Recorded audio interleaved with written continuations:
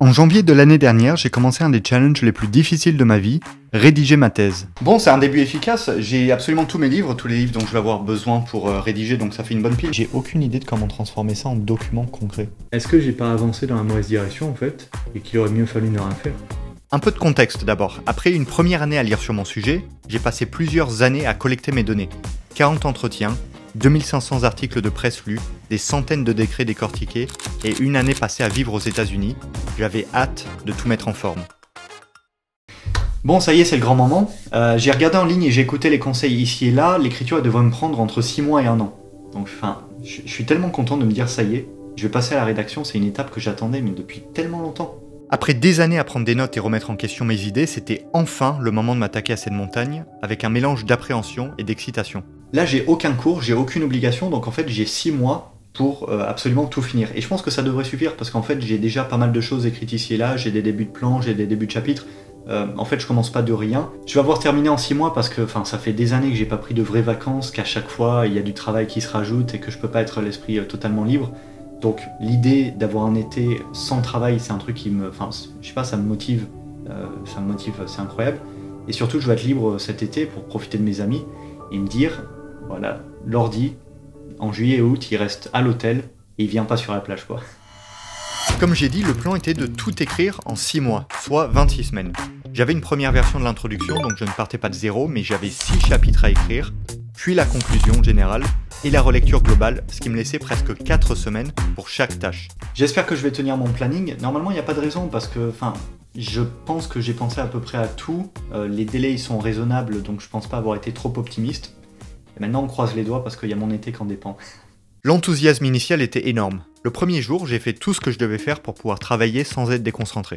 Je savais que j'allais devoir encore beaucoup lire, citer et m'assurer que tout était carré, donc je suis allé chercher et consulter les livres essentiels dans différentes bibliothèques. Puis je suis rentré et j'ai débarrassé toute ma table pour me mettre dans une ambiance studieuse. Le deuxième jour, j'organisais tout ce que j'avais déjà écrit en le mettant dans un document à part pour ne garder que le squelette de ma thèse et les premiers éléments.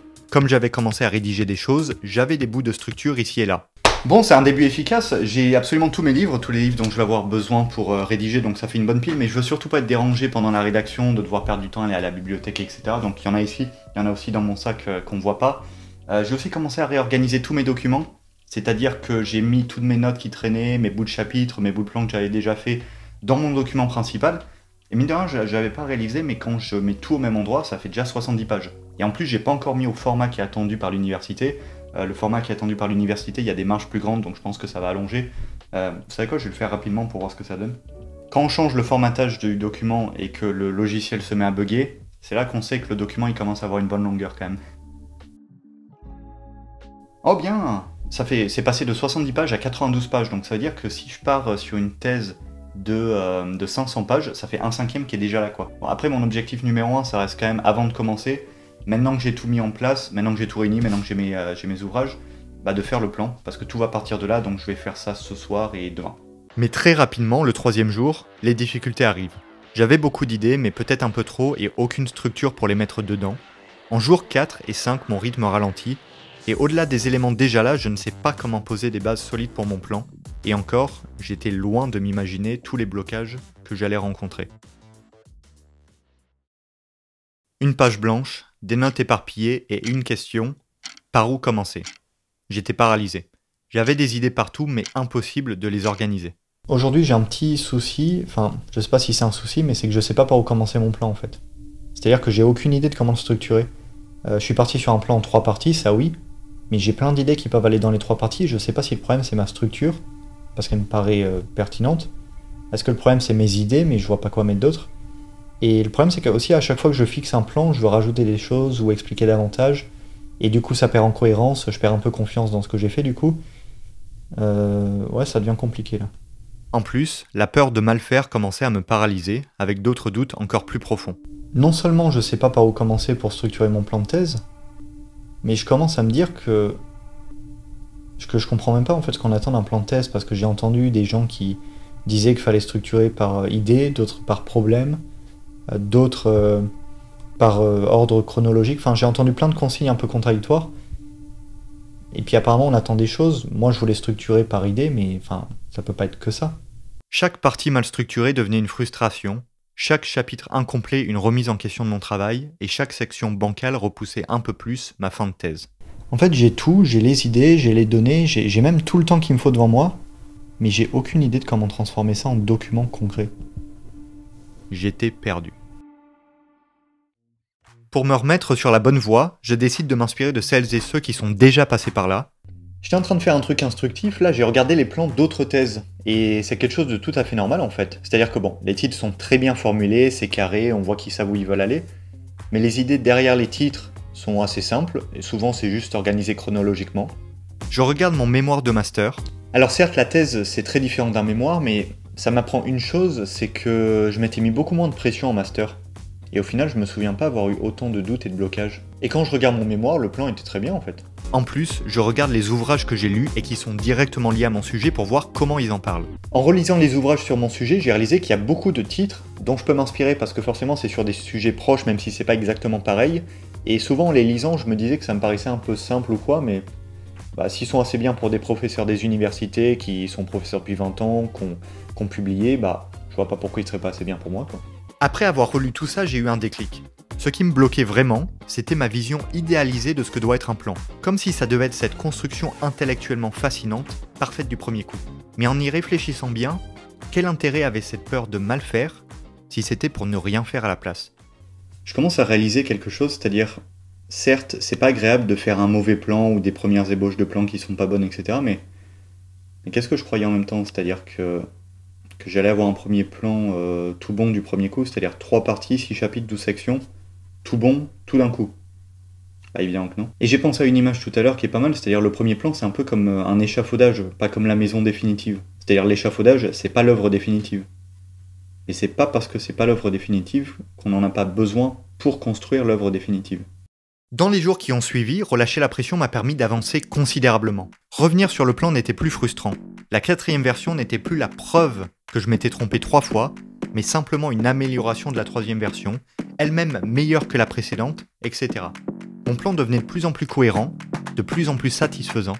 Je voyais clairement la logique entre certaines parties, comment le tout s'articulait, j'avais l'impression que tout devenait fluide. Du coup, j'en suis à un plan qui est fait à 70%, ce qui est vraiment très bien. 70%, ça veut dire que sur 45 titres, oui c'est très précis mais ça m'aide, sur 45 titres, donc parties, chapitres, sections, sous-sections, etc., il y a 12 titres qui manquent. Donc en fait 4 sections complètes. Ce que je vais essayer de faire là, c'est que je vais quand même essayer de faire les 30% restantes, comme ça j'aurai un plan qui est le plus complet possible. Mais pour une des premières fois, je me dis en fait que c'est pas grave parce que j'ai énormément avancé quoi. Cette semaine de plaisir a rapidement été suivie d'une semaine durant laquelle la réjouissance laissait place au doute. Après des journées de rédaction particulièrement stimulantes, je commençais à sentir une résistance ressurgir sur les 30% restants du plan. D'abord faible, puis de plus en plus présente. Trouver une idée me prenait 30 minutes, l'idée suivante 1 heure, et l'idée d'après je bloquais.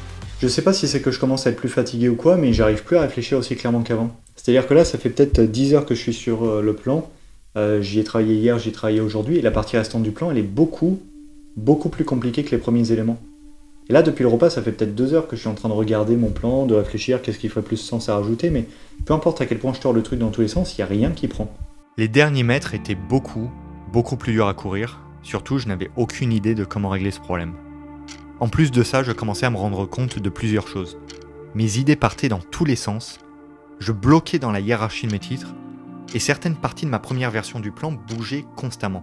J'avais l'impression de repartir de zéro, j'étais largement en retard sur mon planning, mon plan me paraissait beaucoup trop fragile, sauf que cette fois, j'avais 1 mois en moins pour tout reprendre. Je bloquais, puis j'ai réalisé plusieurs choses. Je viens de remarquer que j'étais en train de faire un plan, et pour faire mon plan, j'organisais mes idées en fait.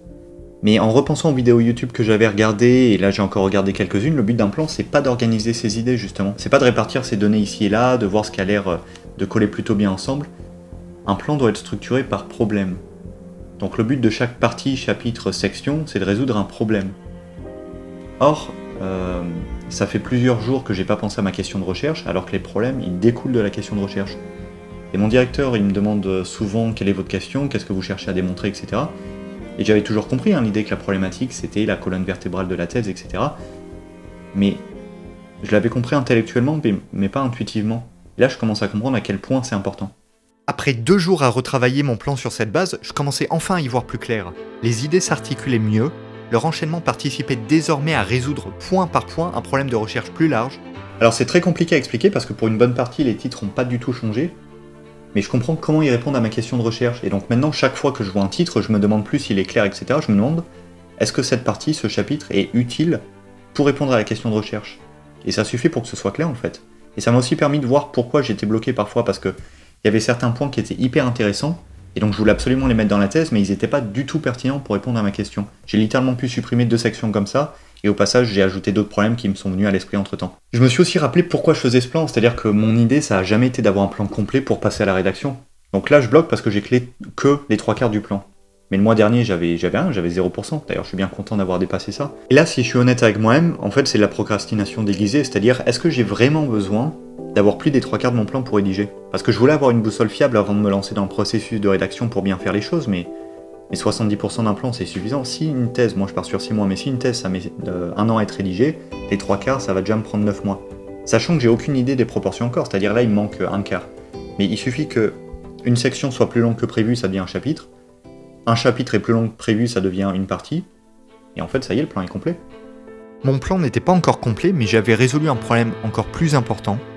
Maintenant que je savais ce que je voulais démontrer, c'était suffisant pour commencer à rédiger, et je me sentais prêt à passer à la rédaction. J'avance bien. Jour 1, hyper exaltant, je réunis tout ce dont je vais avoir besoin pour la partie 1, je réunis tout ce dont j'ai besoin pour la partie 2, puis 3. Mes dossiers prennent forme, mon plan me paraît clair, et je travaille toute la semaine. 75% de mon plan est fait, puis 80%, 85%, 90%. J'avance même sur l'introduction qu'il fallait reprendre avant de passer au développement, et de nouveau, un problème, et cette fois bien pire que tous les problèmes précédents. J'ai un plan, mais mes premiers paragraphes tiennent pas la route. C'est-à-dire qu'après 4-5 pages, tout perd en cohérence. Et je sais pas par quel chapitre commencer, le premier logiquement, mais j'ai beaucoup plus d'éléments pour le 4e. Et en fait, je sais pas comment passer de mon plan à des paragraphes rédigés. Et en plus, le plan, j'ai mis plusieurs jours à le faire, mais c'était quelques pages. Là, la rédaction, ça va être des centaines de pages. Je bloque à chaque étape. C'est-à-dire que pas une étape n'est fluide. Commencer le plan, faire le plan, commencer la rédaction, pas une étape est fluide, je galère à chaque fois. Et là, je suis en retard d'1 mois et demi sur mon planning. Après avoir passé des semaines à bosser dur pour commencer le plan, puis des jours pour l'élaborer, j'avais l'impression de ne pas être plus avancé. Pour empirer la situation, je me rendais compte que j'avais 0 méthode, mes introductions n'étaient pas claires, je mets 3 heures pour faire un tableau sur lequel je reviens après. À ce rythme-là, je n'aurais pas fini au bout de 6 mois, ni même 8 mois, mais 10 mois, dans les meilleurs scénarios. Et si j'avais eu raison en fait? C'est-à-dire si j'avais juste pas assez lu? Et si le plan que j'avais passé des semaines à faire était à refaire entièrement? Parce que s'il était aussi clair que ça, je devrais pouvoir directement écrire quoi. Je commençais à me dire que je venais de passer plusieurs semaines à faire mon plan, tout ça pour devoir le jeter. J'en ai marre. Même si j'essaie vraiment d'être optimiste, là l'idée de baisser les bras m'a traversé la tête. Comme je n'arrivais plus à penser correctement, j'ai décidé de profiter pleinement de mon week-end et d'en profiter pour sortir un peu. Et là, je repense à tout ce que j'ai appris ces dernières semaines. Pas besoin d'être parfait, juste d'avancer. Comme pour le plan, je n'ai pas besoin de m'éparpiller sur 10 choses à la fois. J'ai besoin de faire simple, me concentrer sur une section à la fois sans penser à ce que je dis dans mes autres parties. Et le blocage venait souvent au moins autant de la pression que je me mettais que de la difficulté réelle. Là, ça me fait vraiment du bien de sortir parce que c'est vrai que quand je suis dans une grosse session rédaction et que ça fait des jours et des jours que je travaille, que je rédige, etc. Alors c'est très agréable parce que c'est vrai que j'ai de l'inspiration et du coup j'ai envie d'avancer, j'ai pas envie de lâcher mes idées, je sens qu'il y a un progrès et c'est pas si souvent que ça qu'il y a un progrès pendant des jours et des jours quoi. Mais des fois l'inspiration elle vient juste à bout et faut savoir prendre des pauses parce que il y a l'inspiration qui vient quand on a des grosses sessions de travail, puis il y a aussi l'inspiration qui vient quand on fait une balade en forêt, qu'on déconnecte et qu'on a des nouvelles idées. Et là, je sens que j'ai des nouvelles idées et que j'ai vraiment très bien fait de déconnecter. Donc ça se contrôle pas. Il faut savoir jongler les deux. Mais là, je commence déjà à me sentir un peu plus requinqué et de recharger mes batteries. Ça fait vraiment du bien, quoi. Donc je pense que je vais repartir avec une énergie un peu nouvelle, des idées nouvelles. Donc on verra, mais franchement, je le sens bien. J'ai vraiment cette tendance à oublier que c'est pas parce que je suis pas devant mon ordinateur que je suis en train de perdre mon temps. De retour au boulot le lundi matin, j'avais quelques idées. Un des problèmes, c'est que comme j'ai l'impression de ne pas avoir assez de temps pour tout rédiger, j'essaie de tout faire à la fois plutôt que de passer ma journée sur une seule chose. Et donc je saute d'un chapitre à l'autre, parce que c'est dur de se concentrer sur une section quand on se dit qu'on est en retard dans la rédaction de sa thèse, parce que j'ai envie de rattraper le temps perdu. Sauf que quand je fais ça, Au bout de la journée, j'ai avancé sur rien, donc je suis obligé de passer très longtemps sur une section pour qu'elle avance. Aussi, j'avais clairement un problème de méthode, et j'avais tort de penser que parce que le plan était clair, ça suffisait pour rédiger. L'écriture, c'est une compétence, et je suis reparti de choses simples. Comment on fait une intro? Combien de temps c'est censé prendre de faire un chapitre? Comment on doit organiser son écriture? Et aussi, par où commencer? En fait, là, j'ai deux possibilités. Soit je commence par le chapitre 1, ce qui est le plus logique, mais je suis encore en train d'apprendre ce que c'est que de rédiger une thèse, donc je vais plutôt aller sur la partie où je suis le plus à l'aise, c'est-à-dire le chapitre 4, parce que je pense que c'est comme quand on apprend un nouvel instrument ou une nouvelle danse, on ne peut pas se concentrer sur son ou sa partenaire, les gestes, le rythme, la musique, tout à la fois il faut choisir.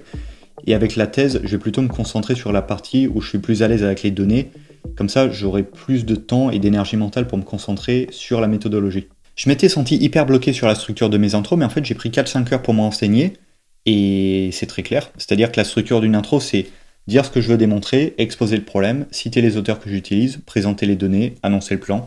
Alors 4-5 heures, ça paraît peut-être long, mais imaginez on vous parle d'un gros problème et on vous dit que vous pouvez le régler si vous travaillez 4-5 heures dessus.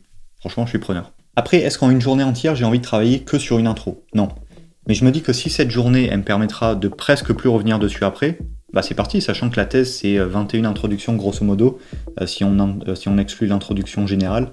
Donc ça veut dire que maximum, je passerai 21 jours dessus. Sans doute moins parce que je vais devenir meilleur avec le temps. Et surtout, je me dis que c'est pas pour rien parce qu'avec 3 pages en moyenne par introduction sur, mettons, 500 pages de thèse, ça fait 63 pages de thèse qui seront juste des introductions. Donc plus de 10% de la thèse sera rédigée quand j'aurai fait les introductions. Donc je vais appliquer tout ce que je viens de dire et on verra bien. De toute façon, je vois pas trop quoi faire d'autre.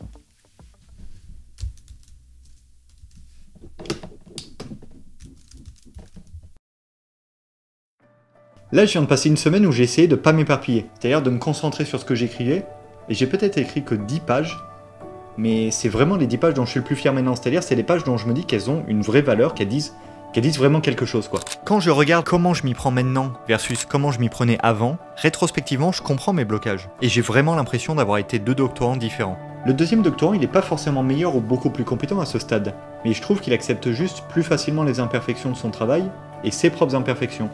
C'est-à-dire que je fais des brouillons, je mets longtemps à écrire, j'efface des sections avant de les reprendre, j'écris des choses pas toujours très brillantes pour être honnête, mais j'avance. Mais je crois que le plus grand déblocage, c'est de comprendre le temps que ça prend. On dit souvent que la thèse, c'est un marathon, mais quand on prend cette image, on oublie le principal, c'est que l'écriture, comme un marathon, c'est très long. Et c'est normal que ça soit long.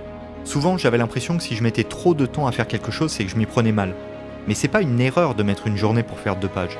Ça ne veut pas dire qu'on maîtrise pas son sujet. Ça veut dire au contraire que le sujet est tellement technique et complexe qu'il faut passer beaucoup de temps sur chaque page. Mais et quand bien même j'aurais été plus long? La plus grande qualité d'une thèse, c'est d'être terminée, et peu importe si je mets 1 mois de plus, ou 2 mois de plus, ou 3 mois de plus, c'est mon rythme, et à la fin des fins, ma thèse, c'est moi qui vais l'écrire. J'espère vraiment que vous avez aimé la vidéo, mais avant de partir ou d'aller sur la prochaine recommandation YouTube, je voulais vous donner maintenant des actions concrètes à faire, inspirées de ces 2 premiers mois de rédaction, parce que comme vous l'avez compris, la rédaction elle est passée, maintenant ma thèse est terminée, et je pense qu'il y a beaucoup de choses à apprendre de mes erreurs, parce qu'il y avait beaucoup d'erreurs aussi, mais au moins ça vous évitera de les faire. Et d'ailleurs, si vous avez besoin de plus d'aide pour aller plus loin, il y aura un guide gratuit sous la forme d'une formation gratuite en vidéo, en lien dans la description, sur la construction d'un plan de thèse. La première leçon, c'est qu'il faudra choisir votre problème, parce qu'il y a la peur de mal faire qui est paralysante, et il y a l'échec de la première version, de la première introduction, etc. L'échec qui est frustrant. On peut éviter un problème, mais on ne peut pas éviter les deux, et sachant que la thèse devra être terminée, il vaut mieux choisir la frustration de l'échec à la paralysie du perfectionnisme. La leçon numéro 2, c'est que la rédaction, c'est une compétence, pas un don. Et donc même avec un bon plan, écrire une thèse, ça demande une méthodologie, un apprentissage progressif. Donc soyez indulgent avec vous-même, acceptez de faire des essais pour trouver votre rythme, votre style, et vous laissez le temps de progresser. Troisième leçon, n'ayez pas peur de faire évoluer votre plan. Parce que puisque la rédaction c'est une compétence, plus vous la développez, plus vous améliorez votre plan. Et ça demandera des changements. Aussi, personne ne lira jamais votre première version. Parce que vous allez tellement revenir et modifier vos premières versions que même si c'est mauvais, personne ne le lira jamais. Par contre, vous avez besoin de cette base pour travailler dessus, pour l'améliorer et pour arriver aux bonnes versions. Donc osez écrire dès maintenant. Et aussi et surtout, n'oubliez pas de profiter. Parce que vous avez sans doute commencé la thèse parce que c'était un rêve, ou alors tout simplement un projet de longue date, donc profitez. Comme vous l'avez vu, moi, dans ces 2 premiers mois de rédaction, j'avais la tête dans le guidon, j'y mettais une énorme pression, un énorme enjeu. En fait, j'en avais juste marre et je voulais m'en débarrasser, pour être honnête. Mais contre-intuitivement, le processus de rédaction, c'est quelque chose qui doit rester fluide, et même s'il y a un enjeu, il faut essayer de s'en détacher, parce que plus vous mettez la pression, et c'est ça qui est difficile, moins vous arriverez à avoir la flexibilité de l'esprit, la créativité, pour rédiger. Et de nouveau, une thèse, c'est une étape importante dans une vie académique, et c'est une période de votre vie où vous allez grandir, apprendre beaucoup de choses, mais c'est pas une question de vie ou de mort. C'est pas non plus le critère ultime de votre valeur personnelle, donc ne vous laissez pas écraser par le poids de l'enjeu, même s'il y en a, et prenez le temps de savourer l'expérience. Merci de votre attention.